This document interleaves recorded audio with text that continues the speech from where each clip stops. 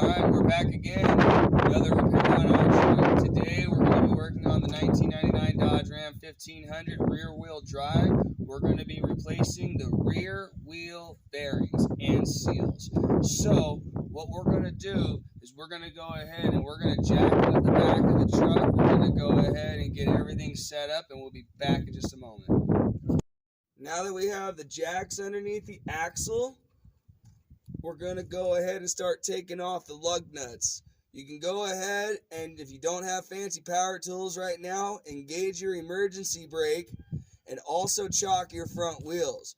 Once you engage the emergency brake, the rear tires will lock, so that way you can go ahead and break the lug nuts off. So after we get the lug nuts all broken off and get the tires off, we'll be right back. Now that we have the tires off, everything's all set there, we're going to go ahead and we're going to take the brake drums off. So in our case, it's really easy because we just recently did ours, but if you had trouble getting this off, you would take a piece of cloth and a hammer or like one of those rubber mallets and give it a few whacks to help loosen it. Don't be too rough with it because you don't want to go damaging it. But in our case, we just recently did our brake drums, so we can just pull them straight off. Once you do that, it's going to be time for us to get under here and start working on the actual cover plate. So we'll be back in just a minute. Now that everything else is set up, now we have our drain pan under here. We're going to go ahead and we're going to start removing all the bolts around the entire differential plate. These ones are 13 millimeter, so as soon as we get them all off, we'll be back to show you how to remove the plate all the way. See you in just a minute. Now that we have all of the bolts removed around the differential cover plate, we're going to go ahead and we're going to take our flathead and our hammer, and we're going to gently work this off.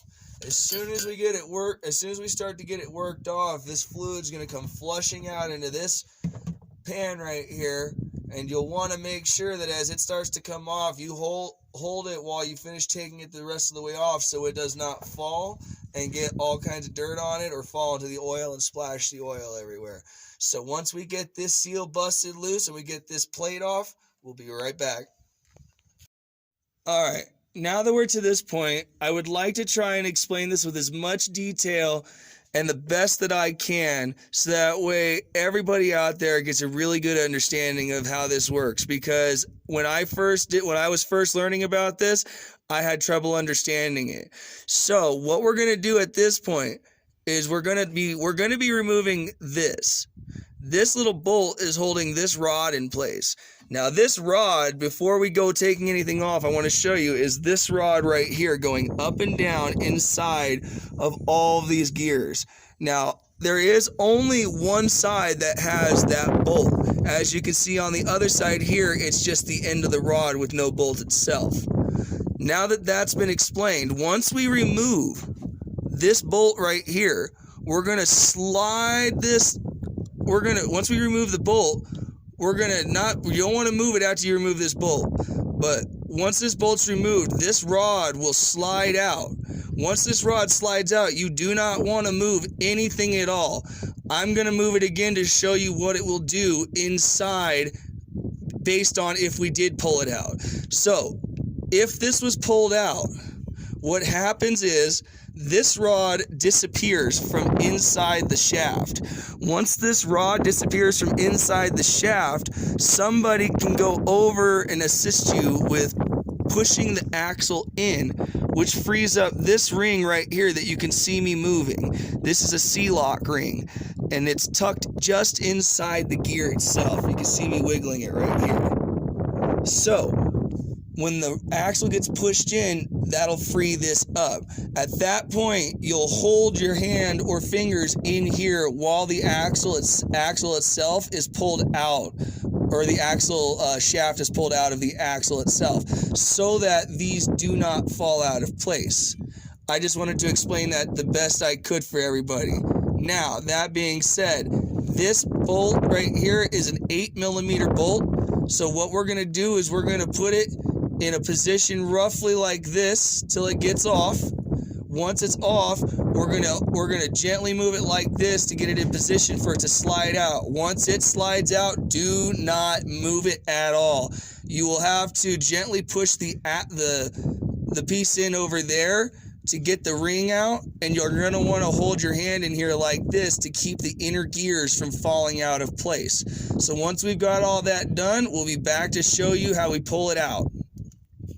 So we have our rod and our bolt off, and I'm going to try to get as best a shot as I can in here. Now, as you can see, I have my fingers sitting on these gears, and you see the rod is now missing from inside. Our goal now is to get the C-locking rings off of one of these at a time. So, honey, if you would please push in gently on that one piece. You will see here in just a second. Then when she gives a little press on that, that's what happens, and it falls out. So now that it's fallen out, we can go ahead and have her gently start to pull it out completely.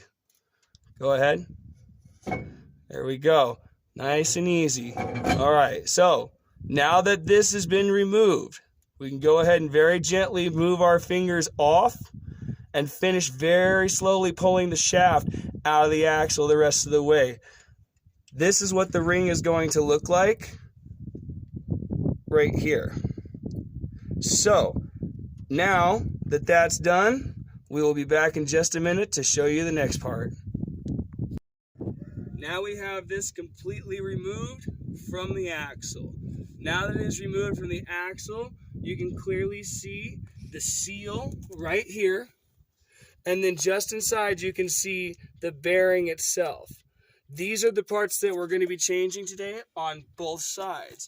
So what we're getting ready to do right now is we're going to pull these parts out on this side alone, and then we're going to run down to the auto shop because there are varying sizes depending on if you have a light duty or heavy duty axle. So once we get back with the right parts, we'll be back to install. See you in a minute. So it took us one whole day to put together a part, but we are back. We have the bearing pulled out of the axle area.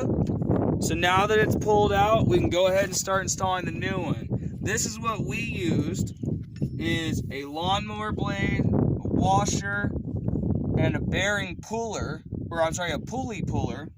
And then these two pieces of wood right here. We set the pieces of wood up on each side like that.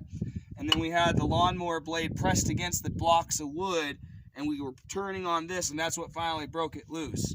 So now that that's done, we're going to go ahead and start installing this. We've already greased our area, so we'll be back in a minute.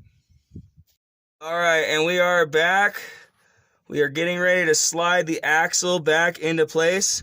So I'm going to hold my fingers on the gears, and my wife is going to start sliding the axle in now. So go ahead. Nice and slow and easy.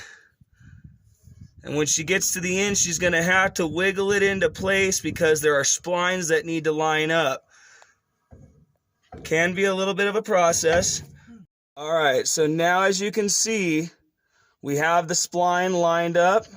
So now what we're going to do is we're going to drop the hook, the C-lock ring, into position. Do not move it, honey, okay? My hands are off. Hands are off. I'm going to take my finger off very carefully. I'm going to take the C-ring, and I'm going to put it right. Oh.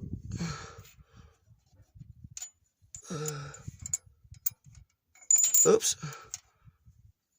Likes to roll off if you don't get it just right. There we go. So, now that the ring is sitting on, honey, gently pull back. Towards me? Yes, towards you. There we go. Now, as you can see, the ring is locked into place, and we can go ahead and move on to this side. So we'll be back in a minute. All right, so now that we have everything put back together, it's time to reinstall the cover plate. What we're going to do is, now that we've completely cleaned the entire surface area of the plate and the entire surface area on the axle where the plate meets, we're going to take this gasket maker because we couldn't find the gasket at the stores in town. And we're going to go around here and we're going to put it all around. We're going to tighten it down finger tight, let it sit for an hour, and then we're going to torque it to specifications. After it's torqued, we're going to let it sit for 24 hours to fully cure. Then we're going to go ahead and add the differential fluid back into the axle. So once this is all done, all we should have to do is drop it down on the ground, take it for a test drive, and that should be just about it. So we'll see you back here in a little bit. Alright, so it's been over 24 hours. We filled the fluids back up, took it for a test drive. So we're all done. Until the next episode, see you guys.